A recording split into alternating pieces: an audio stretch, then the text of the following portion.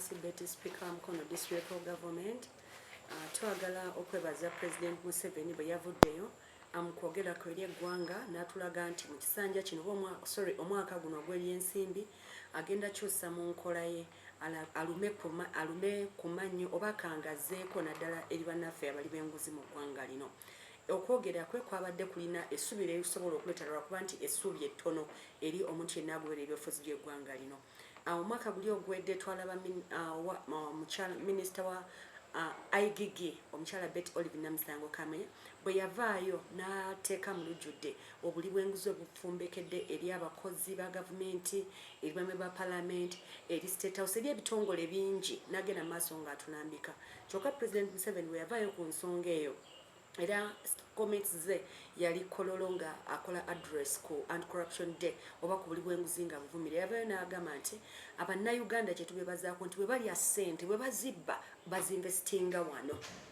Eyo statement eri omuntu yenna ategerera agobera ebyobufuzi n'ayagala eggwanga lye eba ekulaga nti President Museveni awagira obuli bw'enguzi machazi yavuddeyo n'akangamu ku baana, avudde just kukangamuko kati ni ku baana naye nga tasobola kituukiriza kuba naye yennyini agamba nti wabeera bazibba oba bali enguzi oba bazitwala kyonna ky'osobola okukiyita bubbi nguzi byonna byosobola okiyita naye ne basigaza nga bazikozesa wano e Uganda ye ng'alaba nti tekyali kinene gyali. Era njukira mu communication bamukwogera kwe eri IGG yamugamba nti ate bonna abateekako ekinyiga abadde bazinvestinga wano bajja zitwala ebweru w'eggwanga nga Speaker Parliament bwe yakola nti bwe yazibba wano ate yazitwala bweru wa ggwanga. Era ekituyambyeko n'abakungu abalala bangi abadde bazibbye nga baziteeka ebweru w'eggwanga naye ekituyambyeko kimu nti n'amawanga gali agabweru gavayo nga gategetinga gamba mubbye nnyo eggwanga mu investinze wammwe mutandisa n'ofulumya ebweru so ne batandika confiscatinga oba okukwata ebintu byabwe n'okubyeddiza paka nga waliwo ekikoleddwako ekyenjawulo. So okwogera kwa President naddala ku buli bw'enguzi kisobola okuwa essuubi eri omwana omuto eri omuntu yenna atandika okutegeera politics naye bw'obanga obadde mu bukule mu politics mu byobufuzi by'eggwanga lino President Museveni talina kyasobola kukola talina Machas atwalabye nga bamba ba Parliament basatu bakwatiddwa era after nga bo bavunaanyizibwa obuli bw'enguzi bavunaanyizibwa naye bukati bwe bumukene bwe buntu obutono obukyakwatiddwa abantu babbye eggwanga lino ne babeera nga oli alina na kitundu kya ggwanga kiri mu nsawo ye oba kiri mu nkwawa ze bwezeti. So twagala okubeera nga like kulaga buyinza era tukubira poliisi omulanga evuddeyo poliisi ne evuddeyo kunoonyereza ku bubbi naddala buno obunene bwe buti baveyo leka baleme kukoma kwabo basatu bokka ne bakwate n'aba twagala tulabe ne ku baministers twagala tulabe ne ku bagenerals nabo nga bakwatiddwa tetwagala kulaba abantu bakafiiramu nga Nyakana bwe yakafiiramu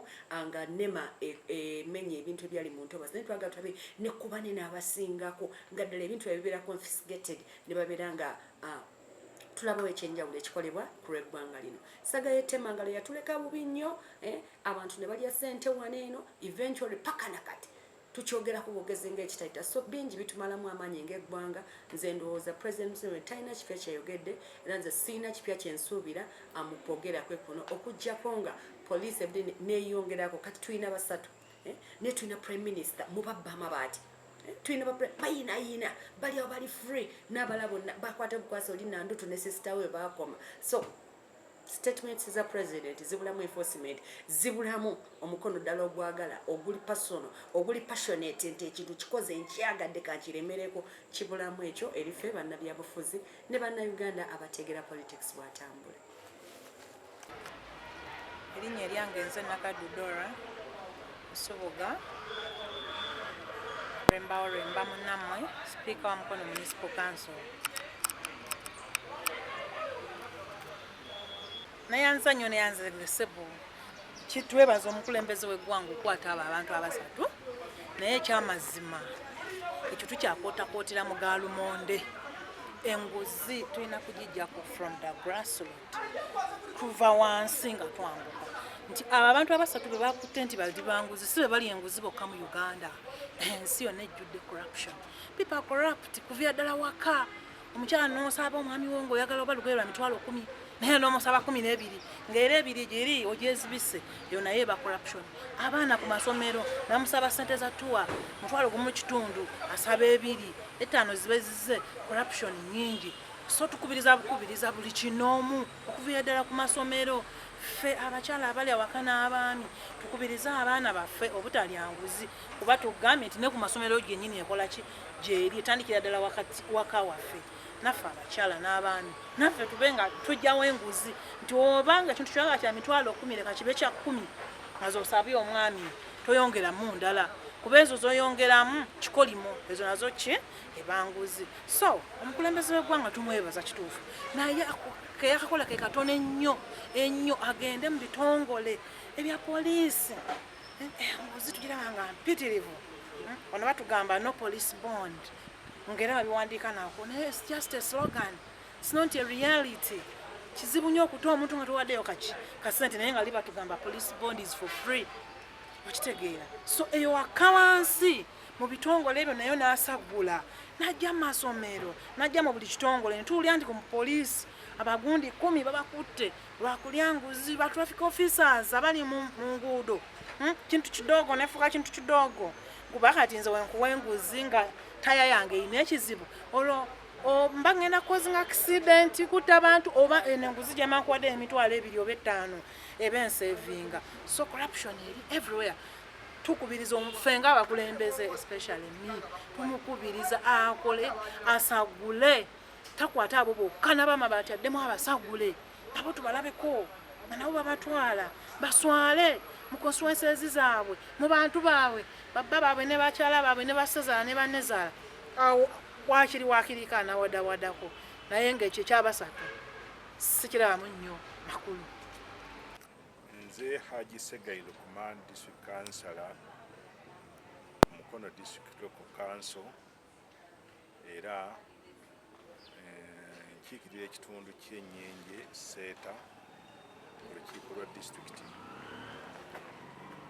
Twala omukisa guno okulamusa Bannayuganda n'okubeebaza emirimu gye bakola wakati mu kunyigirizibwa nga tulaba nti ebitambula mu ggwanga si byebyo bwe bityo byanditambudde naddala okusinga ku kigambo ekyenguzi ekudde ejjembe mu ggwanga lino.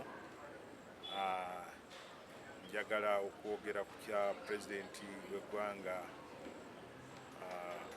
Yoweri Kaguta Museveni kyeyakoze okukwata ababaka abo abagezezzaako okweyisa mu ngeri y'ekikenuzi era abaakola omuze ogw'okulya enguzi ogufuukidde eggwanga ekyambika okubanga kugenda kulikuba ku ttaka.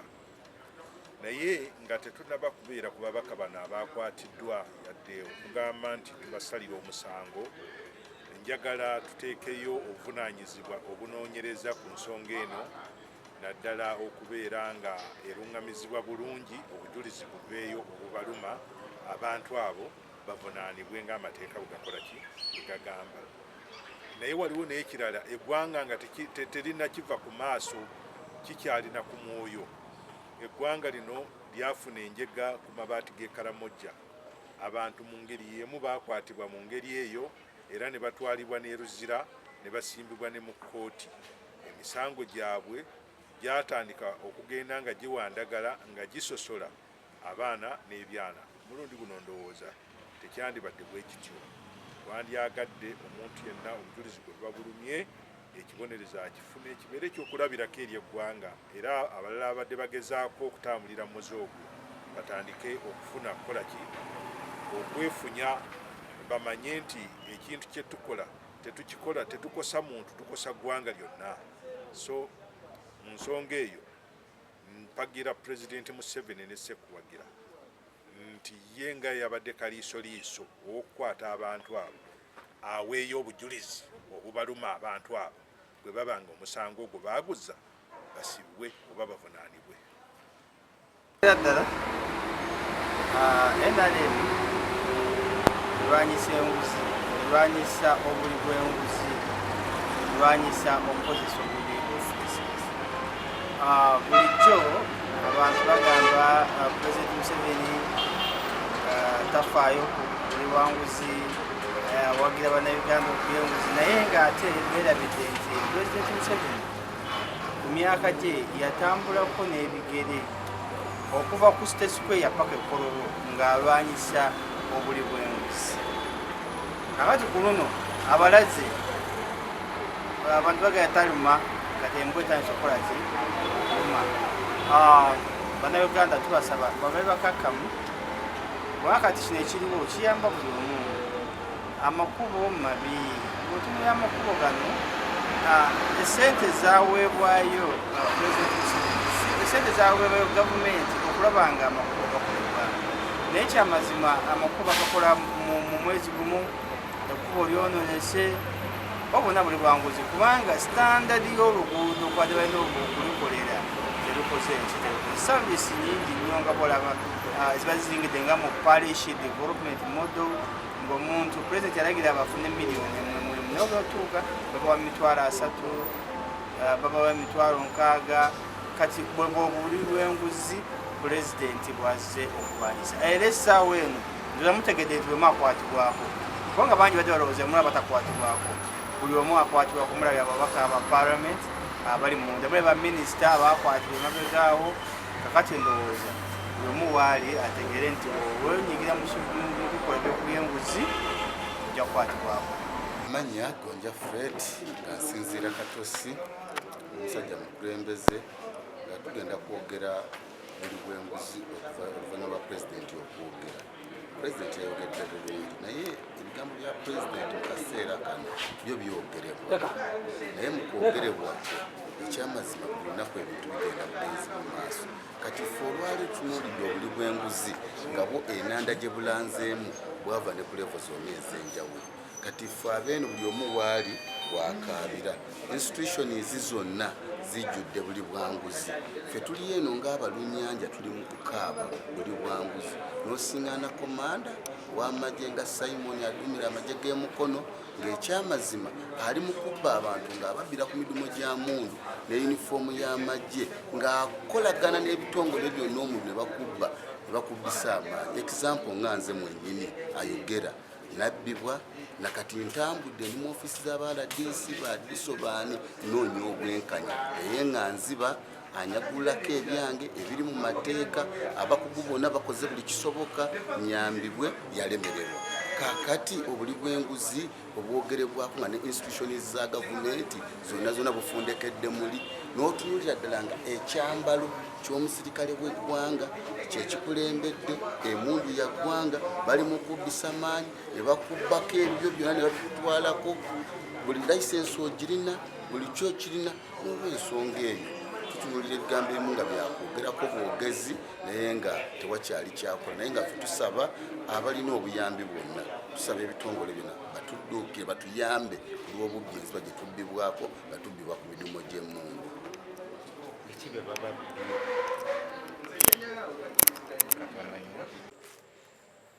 Era ekira kyetusinga n'okutya kiri kimu nze nga bwe twavuddeyo kati nabeera pulezidenti eyasetingiddwa nti bakutte bamemba ba palamenti basatu, twagala tulabeko ne kuba inspectors ba poliisi, twagala tulabeko ne kuba DPCs nga bakwatibwa, twagala tulabeko ku banene mu poliisi kuba kyetuzudde kimu nti poliisi esobola okuvaayo bano ba junior bakulutu wansi ne bafuna interest ne kuba bo balina kati babasomesa kiri ekipatriot komunaga omusajja nga abbye nnyo ne basala bamunoonyerezeeko naye ate abava muli waguna mugamba ogwo omusango gugyeyo sikulaba nga okoze statements kwebyo n'ebyo nsonga eno neeno. So ne poliisi nayo much as tugiteeka ku ninga eveetu kati nayo tumanyi nti ate ababbi abasinga bali munda mu yo mu poliisi kuba automatically gye tukola statements be basigaza ebizibiti byaffe ate kubanga nabo bantu era tubatuukirira. So bingi byekyetaaga okutereeza, tetulina abantu bagenda kuva ku planet ndaba gye batereeza eggwanga lino, naye bingi bikyetaaga okutereeza naddala mu system ya gavumenti yennyini okulaba nga enguzi yo erinnyibwa ku nfeete si eri ono omuntu wa wansi atandisa obutazi naye okuviira ddala mu basenior ba ministers abamemba ba parliament ba prime minister. Twagala tulabeko really mubasooka n'okutwala amabaati yali Anita Amungi emu kubasookera ddala okutwala amabaati era Sage bwe yavaayo ye n'asooka agazzaayo mangu ne bano bamwanyi nazze n'olugomi bwe yagatwalayo ye ne bamukwata ne bamutwala ne Luzira naye nga n'Omongi naye yali mu raketi yemu ne prime minister n'abantu kubeegabira amabaati. So twagala tubenga etteeka bo nga tebali above the law nga bavunaanyibwe ng'abantu basigaze positions zaabwe naye bavunaanibwe ng'abantu kuba ebintu ebimu babikola ng'abantu nga tebebisse mu bitiibwa biri ebinene ebeera bibaweereddwa.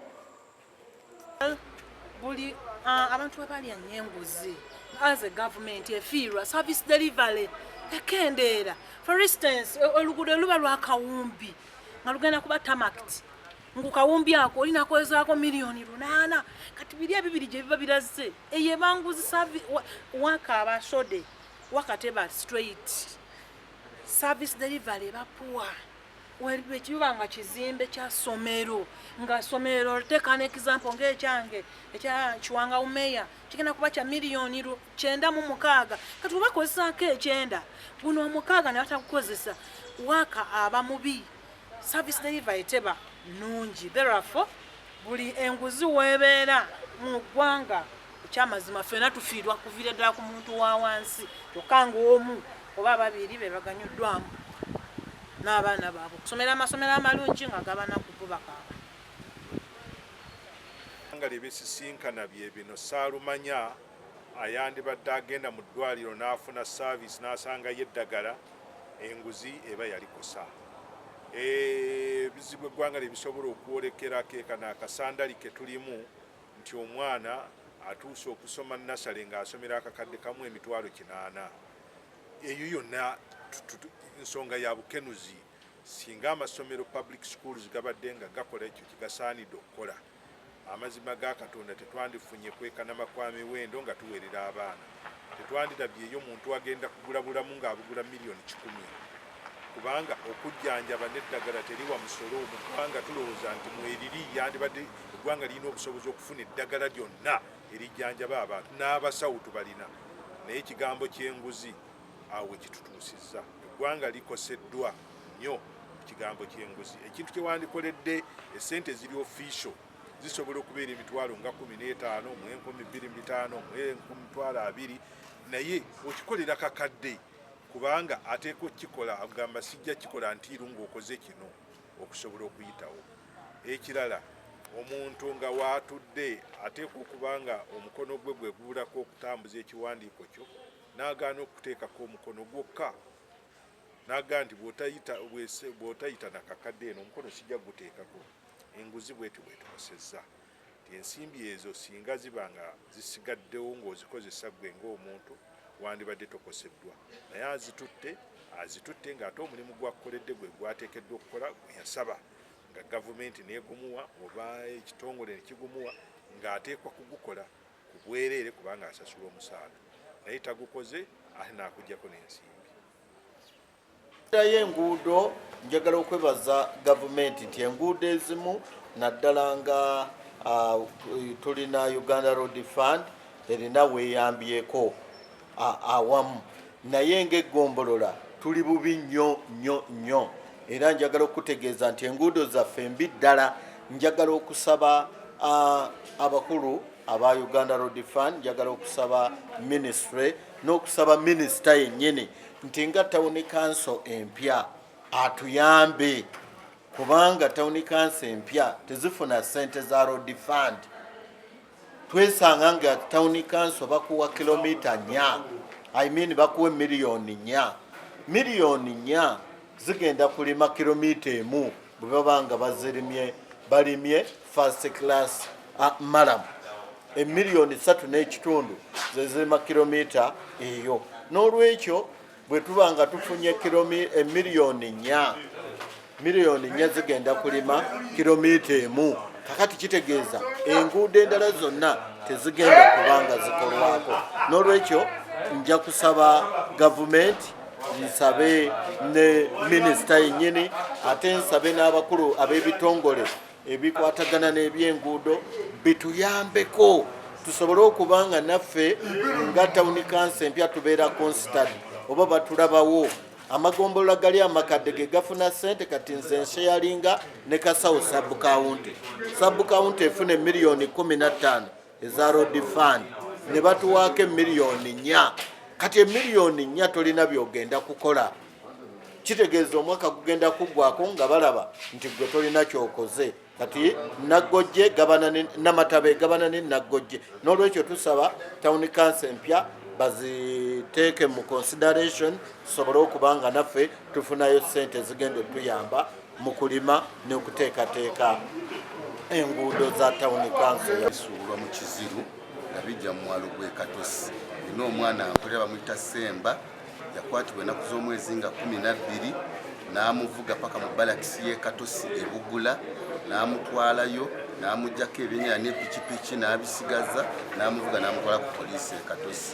Omwana yali ku poliisi e Katosi okuva nga 12, 13, 14 lwe nasobola okumugjayo.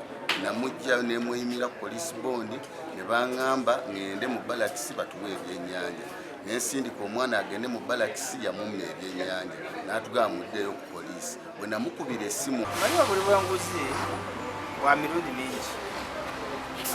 Waliwo omuntu abulyangi directly kakati mwogedde ku nsonga y'aba NRM naye ng'ate obalaba balya mu NRM mu lukwe ne bakukuta n'abebibiina ebirala ng'abantu ebyo byonna byonna buli bwanguzi naye era ekiseera kijja tutuuka abo bonna bakwatibweko. Neffe kyetugamba bannayuganda musige nga muli bakakkamu, buli munnayuganda yenyigire mu mirimu gya gavumenti, mu mirimu gy'eggwanga lino, ate buli munnayuganda yeyagalye mu nsi ye nga munnayuganda.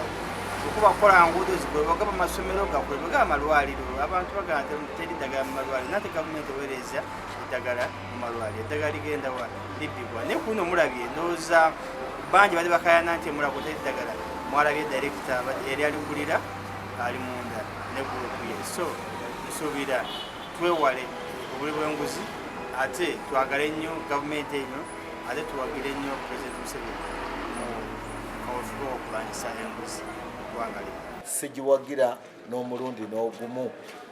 Nja kubeera emabega wa pulezidenti nga bwe yavuddeyo okulabika toyo yenna aneetantala oba aneetabaala okulabika nti yonoona ssente y'omumusolo, tujja kubanga tumukolako okuyamba pulezidenti.